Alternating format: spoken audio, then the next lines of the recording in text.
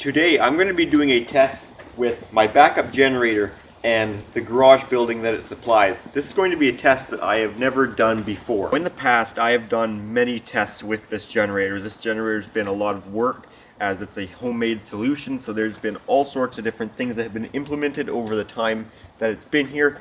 But this is a test that I've never actually done, and that's going to be a max power test. For those of you that don't know, this is my generator and this is the garage building that it supplies. This is a automatic backup generator that turns on and off by itself when the power goes out. And there's an automatic transfer switch in the garage that switches between utility power and generator power.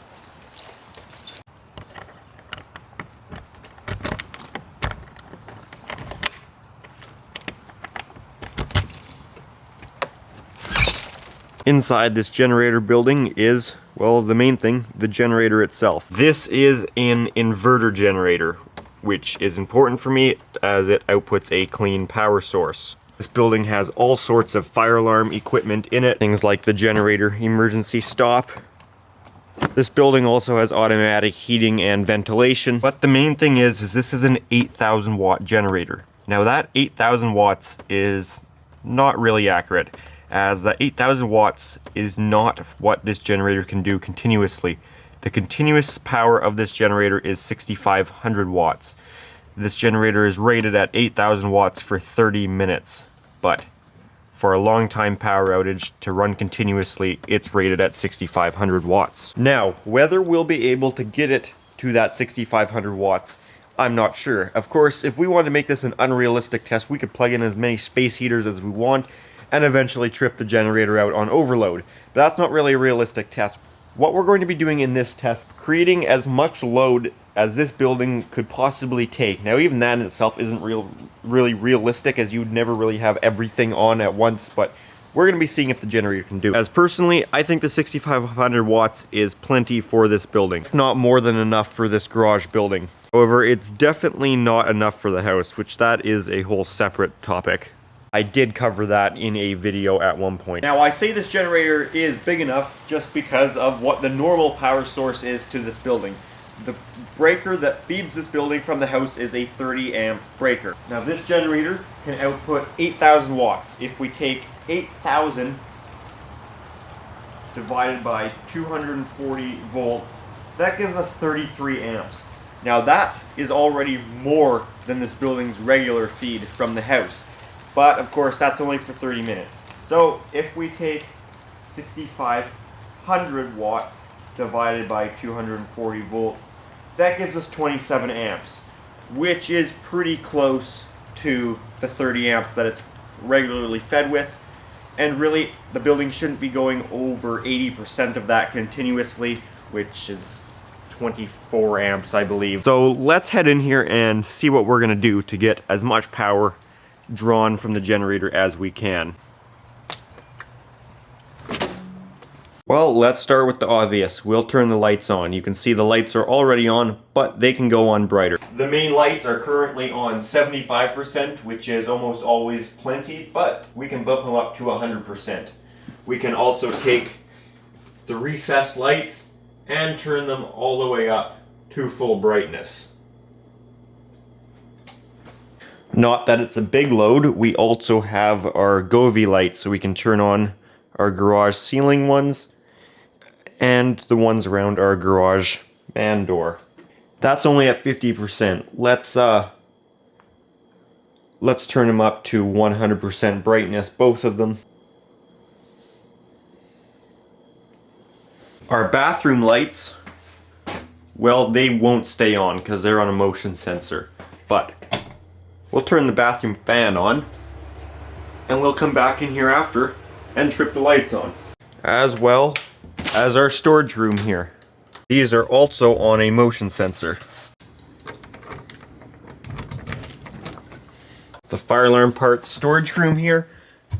Now the heating and heat producing loads will turn on after the generator's on, because if we turn them on now, they'll get up to temperature and shut off. But let's talk about one of the biggest ones. That would be the hot water tank. Now this load is not even really realistic, because in a power outage, I'll actually turn the hot water tank off. The hot water tank will keep its heat for days if it's not on and the elements aren't keeping the water warm. it can go for a long time without needing to be turned on. So it's such a large load and wastes so much gas on the generator that in a power outage I just turn it off. And I've never ever had a time where this heat pump isn't capable of providing enough heating for the building. However, in the situation it isn't, we do require supplementary heat in Canada, which in my case is this heater here. This is a 1500 watt fan force heater. I think it's 1500 watt. Might be 2000. Honestly, couldn't tell you. We'll find out later how much load it adds to the generator. Also have this heater in here, but this one I never really use. Sometimes I will use this one if the garage door is open or I need a window or door open and I need it to stay a little warmer in here. That one will get used. So that one we will turn on. But back to the hot water tank. Is what we're gonna do now is switch it off so it can't heat up. And we are going to turn on the hot water so the tank will start losing all its hot water, and as the hot water comes out, it will be refilled with the fresh cold water so that once we turn that breaker back on, it is going to need to reheat the water. Yeah, that is hot. So we'll let that run for a bit. Now we've got some more lighting. First of all, we've got our garage outside lights, and I'm going to go ahead and switch those on here.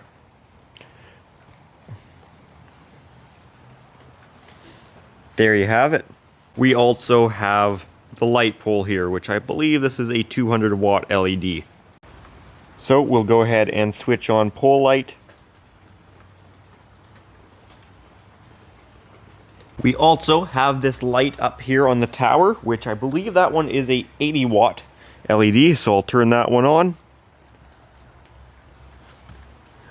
This gazebo is powered off the garage, and it does have lights on it, so I'll go ahead and turn those on.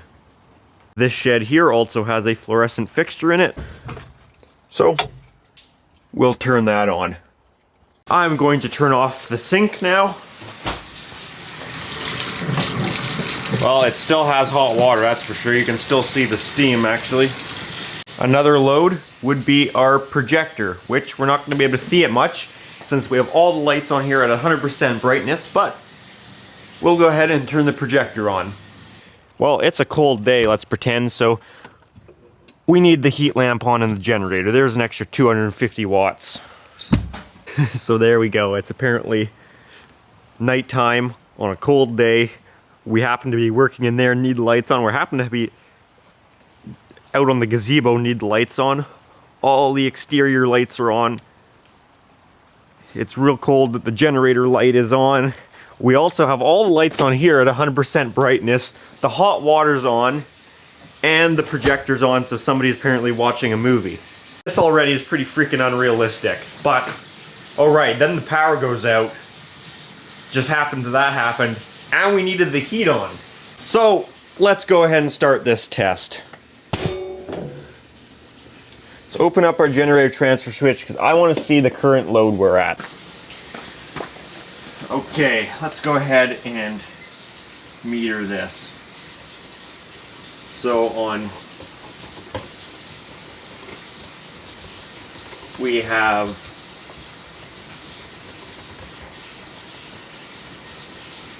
about 9 amps on A phase, well not phase, just leg A, and 6.8 on the other. So, you know what? Let's go ahead and give this unrealistic load to the generator. 3, 2, 1.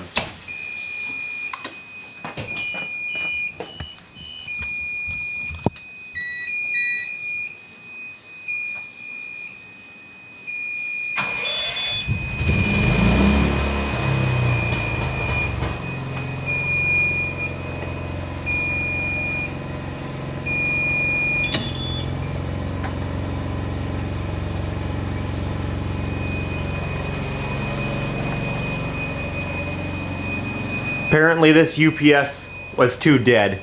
It couldn't take it. We'll re-stick open our fire door, and this guy is upset.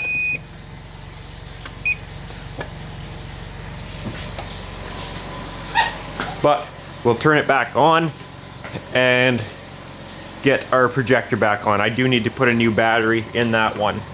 Got to get this light on in here.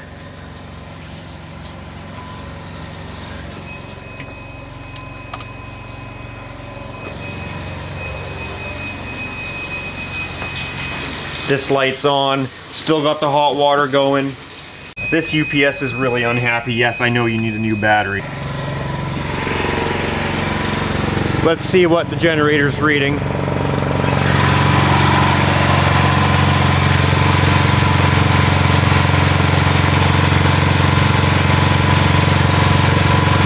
got about 1600 VA cooldown, which for our case is what we care about today. That's probably close enough to wattage. It's driving me crazy.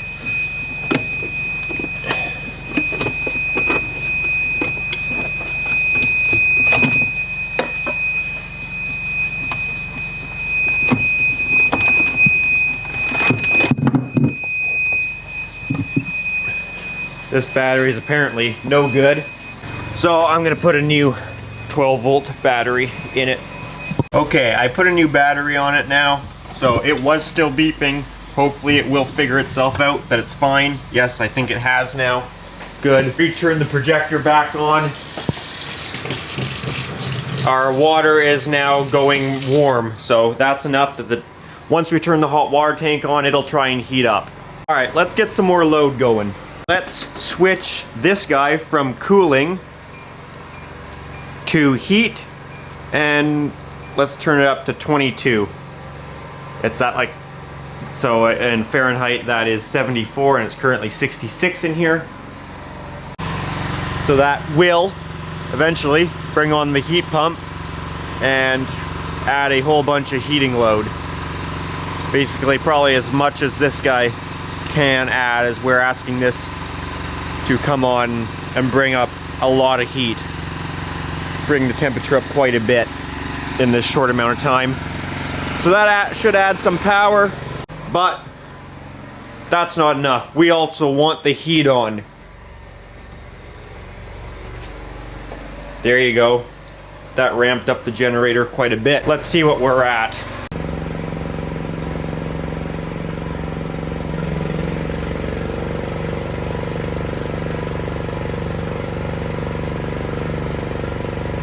You can hear our RPM is higher. Oh yeah, we've almost doubled our load.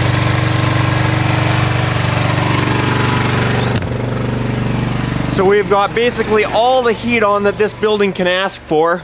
Let's check our current. We got 15 amps on black.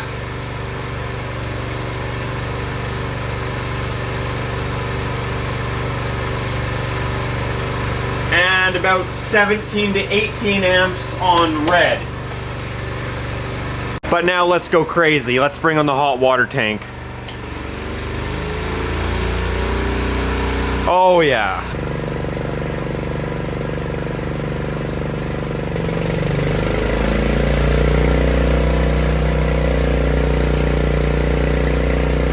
This is about the hardest you'll ever hear this generator run.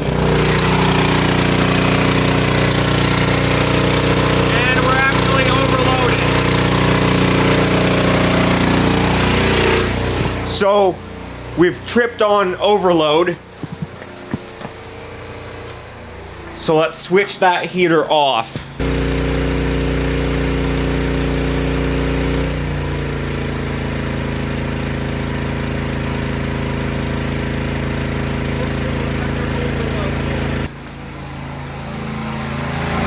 Hopefully we're under overload now. Yep, we are.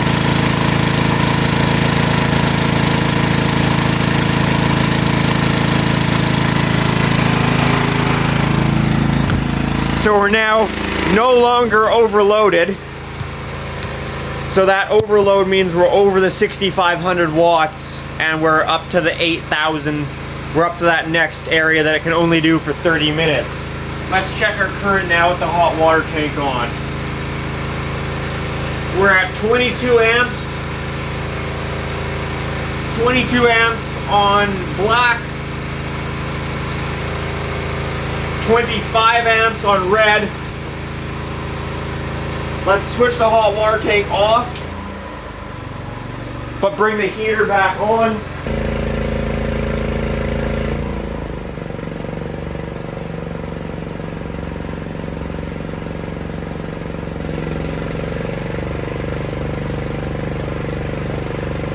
Okay, we've got the heater on.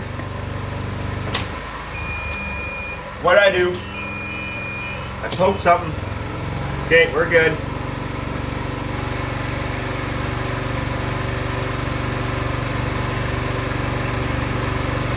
Okay, on red, we're at 15 amps with the hot water tank.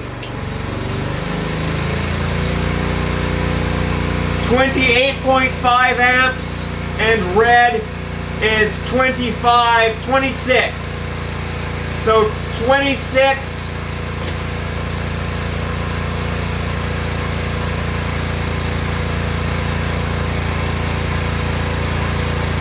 Well, now it's only showing 25, but yeah, pretty high. We can get the reading right from the generator again. This will switch into overload.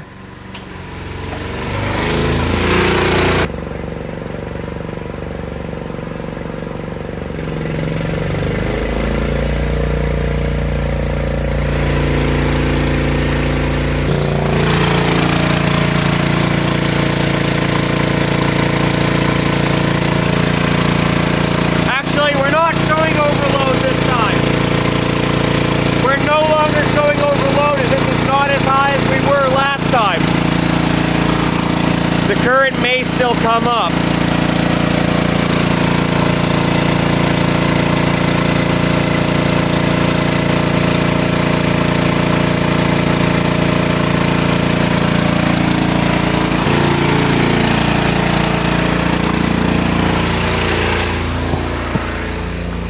Let's check our current.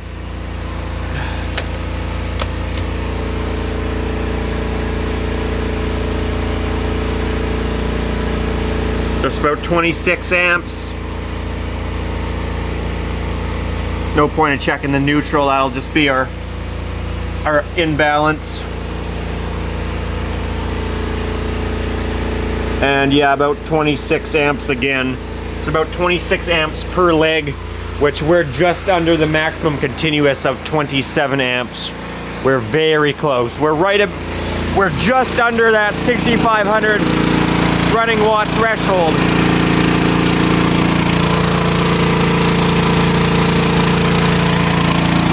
So I think that's a good test. Let's switch this hot water tank back off. We'll let the generator cool down.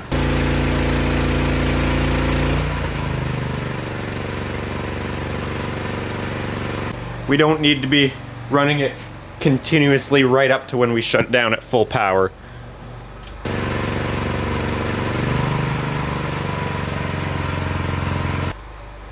There we go, that's that off, and the hot water. This guy is still running pretty good. You can see it is bringing the temperature up to the 72 we've asked for.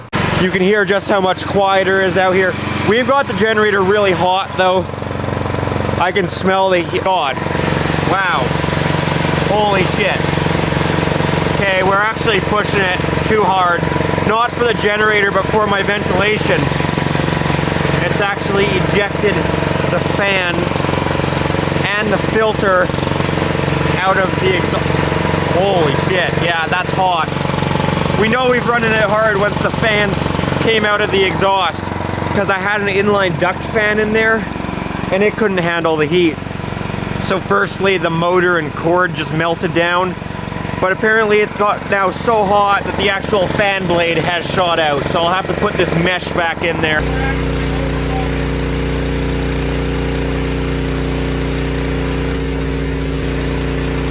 And we got something too hot. I can smell burning. I don't think it's the generator though.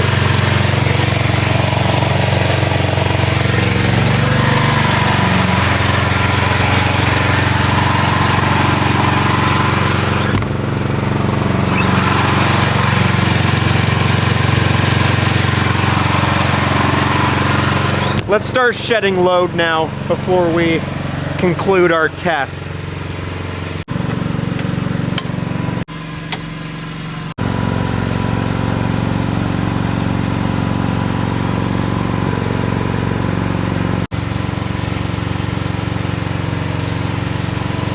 Bring the heat down to more realistic temperature. Let's do 19 degrees Celsius. Maybe we don't need every light in the place on all at once. I'm sure you guys can see how kind of unrealistic this test was, to have every single light on ever. The projector running, which I think is now turned off by itself. Yeah, because we didn't do anything with it, but we did have it on the generator. At that one point that the generator overload light was on, that was the peak load in here for sure, before things and like the lights in here, not that they had much, but they were still on at that point, and this was running as hard as it could. We had our backup heat source on and the hot water tank. I don't think that would ever all happen all at once, and then you add in that the power happened to go out. There's no way.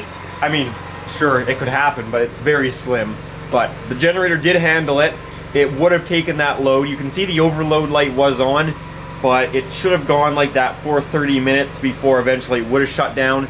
And chances are the hot water tank or the heat would have been brought up to temperature in that 30 minutes and brought itself down. So it should have actually been fine. That probably would have taken that and been all right with it. But you can see we're now, and here I should say, you can hear the generators not screaming like it was.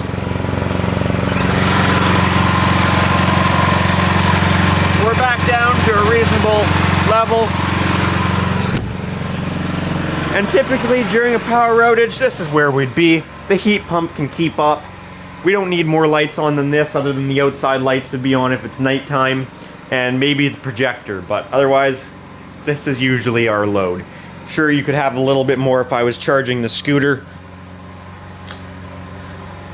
You can see it was plugged in, but it was already charged. What's the draw on this? Input is 3.5 amps, so there's actually a little bit of load, 3.5 amps on this. And I have previously charged the scooter off the generator before.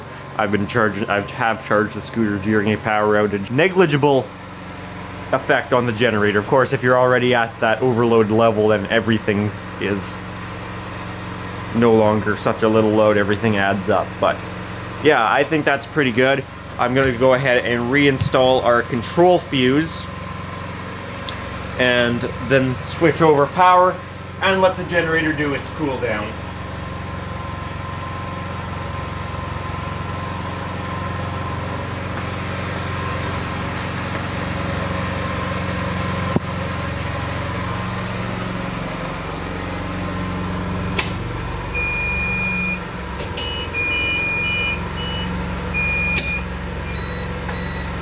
And we're back on utility power, so since I no longer have hot water, since somebody drained it all out, we can now heat that water back up, this time on utility power.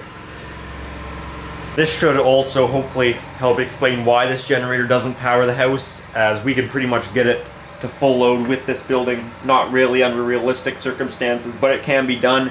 And the house, we're a full electric house, so before you count your general use stuff like receptacles and lighting loads, refrigerators, we're electric stoves, we have 2 electric ranges, we've got electric hot water tank, electric furnace, which is usually the heat pump, but that's still, even the heat pump would be a lot to add on top of this building.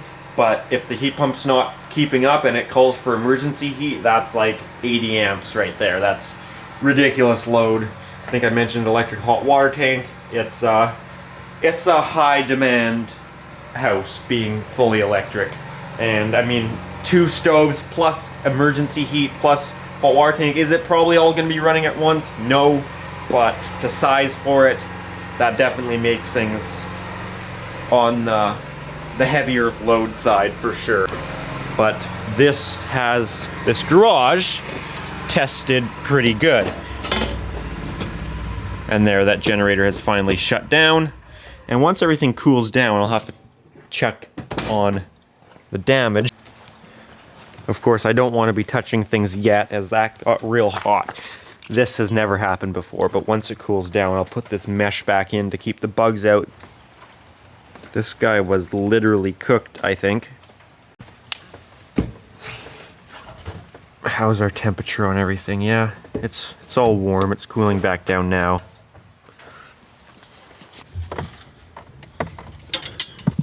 How are things back here?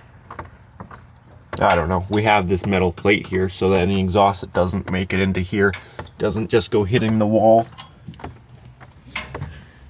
Well, we should now have better airflow on our exhaust because that now fan blade is out of this section here is where that fan was being the key word there.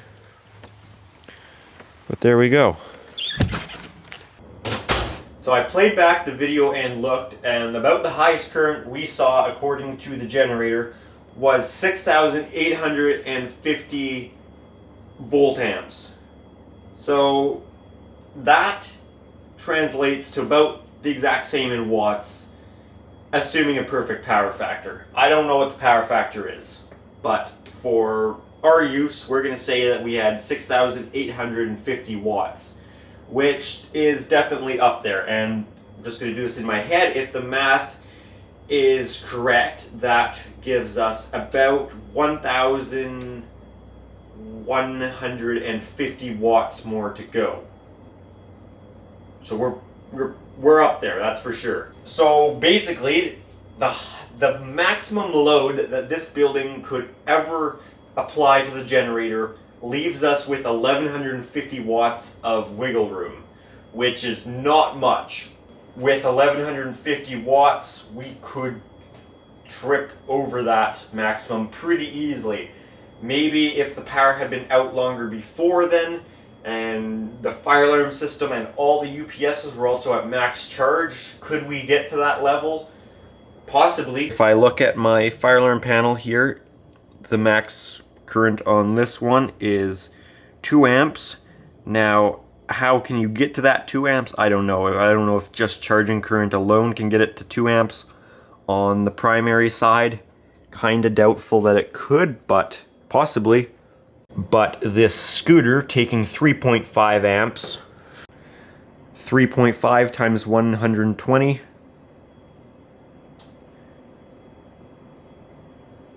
that would give us another 420 watts.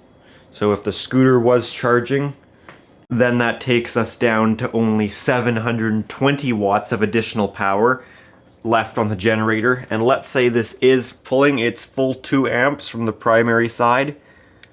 2 times 120, that's a nice easy number. That gives us 240 watts on the fire alarm system. Then that only leaves us with 490 watts left over.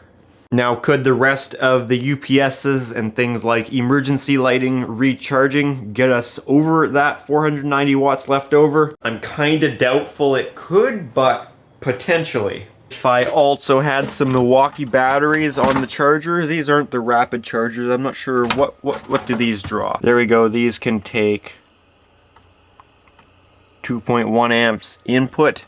So if I had both of those at 2.1, that's 4.2. That's 504 watts. So if all those additional things I just listed, the 2 Milwaukee batteries, the scooter, and the fire alarm were all charging at their max current, that would get us over that generator's 8,000 watts, which, keep in mind, we were already at the peak of this building over the 6,500 continuous, so we were in our 30-minute countdown in our overloaded territory. So at that point, if that extra additional came on, that would put us over our additional 1,150 watts we had to spare and would shut our generator down on overload. Now, I don't think that would ever happen. You already saw how unrealistic this was, and that was just pushing it even further, so probably would never happen, but this was still kind of a fun idea to play with the numbers and just see how hard that generator could be pushed, which you saw already. We got it pushed pretty hard. Definitely the furthest and hardest I had ever pushed this generator. Didn't even think about that. If I was doing some welding in here at the same time, that could definitely put us over. But I'm not sure how I would possibly be welding and watching a movie and out there in the shed and the gazebo, and it happens to be nighttime and the hot water tank comes on, and both normal and supplementary heat source are turned on, and we have full brightness, and the power happens to go out, and I'm still doing all that, I think you guys see where I'm getting with that. Forgot to mention, just turned off the bathroom fan. All that welding, movie watching, all that's happening, and someone's just taking a shit, so they got the bathroom fan on. I don't know, it's a crazy day that all this has happened. Also forgot to mention, if there was a power outage and I did need to charge other things, I could also use this. I do have this EcoFlow Max, whatever. This thing can do 2400 watts output, so if I was already in this super unrealistic circumstance and needed to push things a little more to charge things, I do have an extra 2400 watts in this. Well there guys, I think that's about it for this video. I wanted to do this test. I thought it'd be kind of fun to see how hard we could push things even if it's not quite realistic.